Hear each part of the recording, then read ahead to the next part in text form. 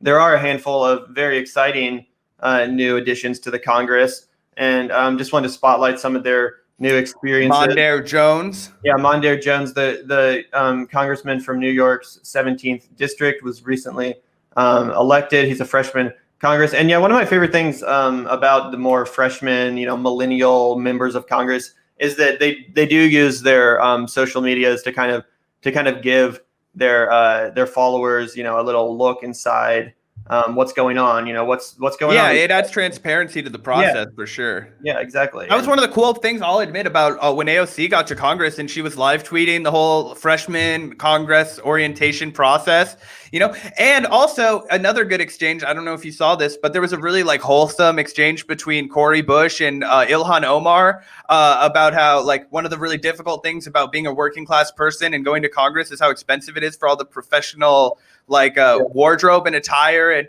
Ilhan Omar just tweeted back. She was like, yo, I specialize in, thrifted outfits. I can show you where to get great starts. Yeah, exactly. Thrifted is congressional. So, I just think that this is a really cool outlook and also pushing for more working class, working regular people, not the Ivy League law school crowd going into Congress, but people who know what it's like to be a regular person, to have to be like, oh, I've got $60 for the rest of the week. How am I going to spend this? You know what I mean? Those kinds of real humanizing working class personal experiences are so valuable. And I think they're really I think that they're really represented in the new class of.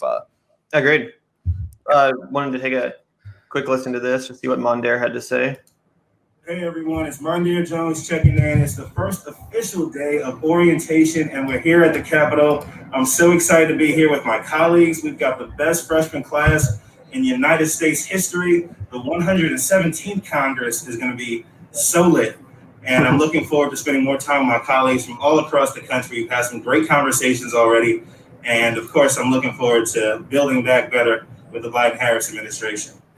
Hey everyone. Anyway, Mondaire is one of my favorite new members of Congress. Like I said, has a lot of good ideas. Marie Newman, also another great addition to Congress from Illinois. Third. Yeah, I feel like Marie Newman was one of the new squad additions, I guess if you want to call her that. That's didn't get as much hype. She's a cool lady. Medicare for all, Green New Deal, abolish overturning Citizens United.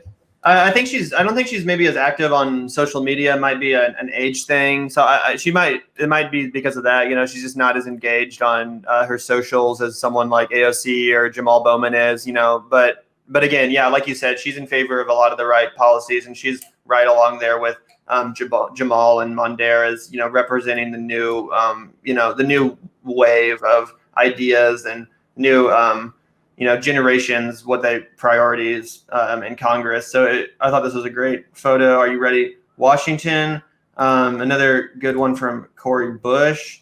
She says it's only day 3 of Congress school, but me and my friends are rolling up like, can we pass Medicare for all, a Green New Deal, and the John Lewis Voting Rights Act yet? So yeah, loving that energy.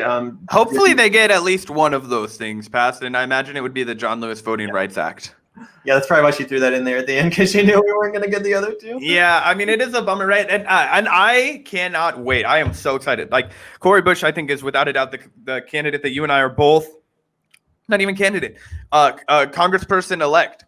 That is the one that we are. I'm obviously Jamaal Bowman, great guy, super excited for what he's going to do as well. But Cori Bush, you've been on the podcast. Spoken with her before, that gives I guess maybe a little bit of a more of a personal, but I'm also so convinced that she, what? Also just from Missouri, our state. Yeah, our home state, exactly. And just the firm belief that I have in her sincerity as a politician, the fact that she is not going to fucking waver, and because she knows the imperative, she knows the necessity of what's going on, and she's an activist from the streets. And I don't know, I feel like if there's one politician in this country that you can trust is not going to fuck the movement, it's Cori Bush. Yeah, I totally agree. And that's a good segue into one other story from her arriving to Capitol Hill, which is interesting. So she apparently a few of her Republican colleagues, and also I guess someone on Fox, I think, referred to Cori Bush as Breonna Taylor, which is bizarre. I'm not sure if it was supposed to be like some gross joke, or because she's a black woman, or if they genuinely thought she was Breonna Taylor. Anyway, she wore her Breonna Taylor mask, obviously in respect or to pay respect to Breonna Taylor and to keep her name on people's minds. But this is just a very weird thing, because as she says here, I am Breonna Taylor as far as I could be a Black woman murdered in my bed tonight, but I am not Breonna Taylor. This Breonna Taylor was murdered in her bed at night, and she does not have justice. She's murdered by the police.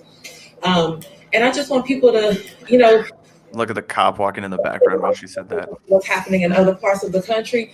But this has been national news for a long time. People have protested in the streets with this name. And it just saddens me that people in leadership, people that want to be in leadership, don't know the struggles that are happening to Black people in this country. And it's just disheartening. And it was hurtful, absolutely hurtful. I didn't hear it once. I didn't hear it twice. I heard it several times. That's so fucked up. Dude, it's so fucked up. I couldn't even believe that the first time I saw it. And then I was like, of course I can believe it. But it shows two things. And this is and I think I like texted you as soon as I saw this, because I was like, oh, what the fuck? But it says two things. One, the Republican Party and specifically the Republican leadership has paid absolutely no attention to the actual messaging and the actual demands of the defund the police, George Floyd, Breonna Taylor, Black Lives Matter movement. They've paid absolutely no attention to the substance. It's all been, one smear after another, essentially just completely stripping it of any kind of, actual substantive messaging when they deliver it to their audiences, right?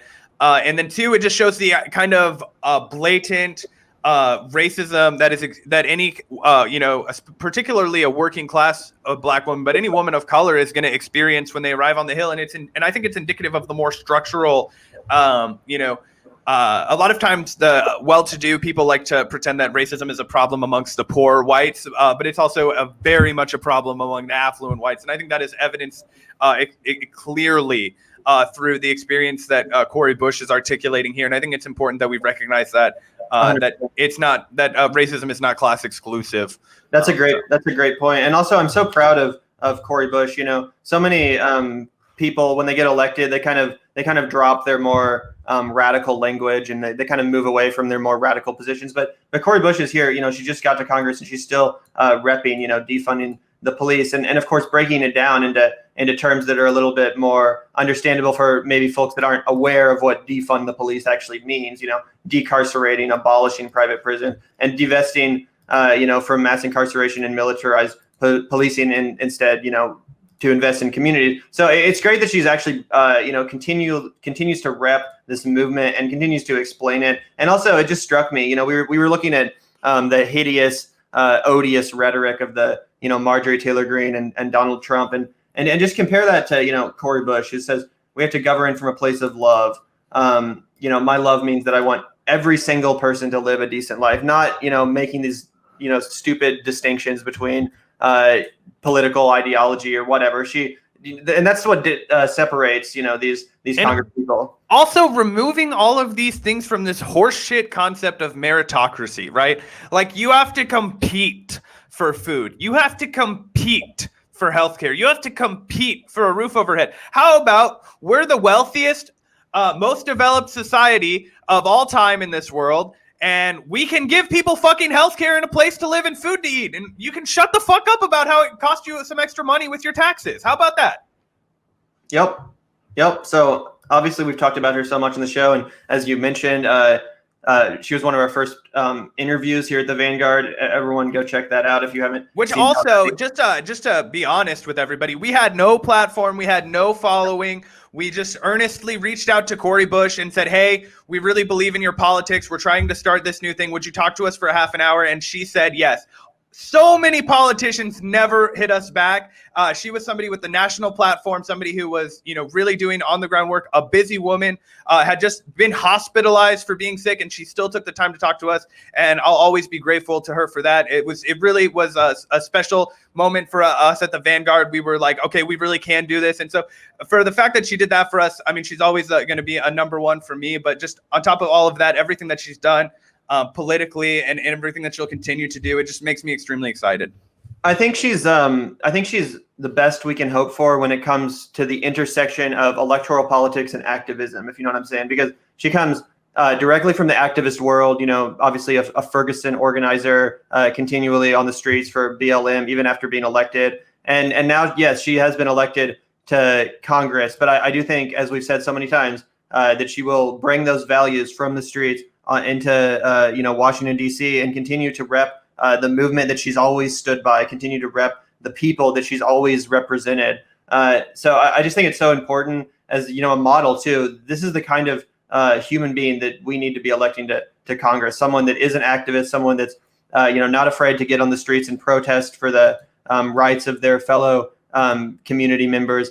Cori Bush is an absolute, just an absolute gem in DC, and it's so great. Literally the best story of the year that she got elected. We'll never stop singing her praises and reporting on her future in DC. We can't wait to see what happens, what kind of legislation she can introduce, who she ends up working with, and hopefully, she never disappoints us. I don't expect her to. I'm a cynic when it comes to all politicians. I firmly believe, politicians are not your friends. They're not your idols. Don't look up to them. Yeah. She is the one of a handful of politicians that makes me feel like a real, like a real sense of like hope in my heart, like a real emotional feeling.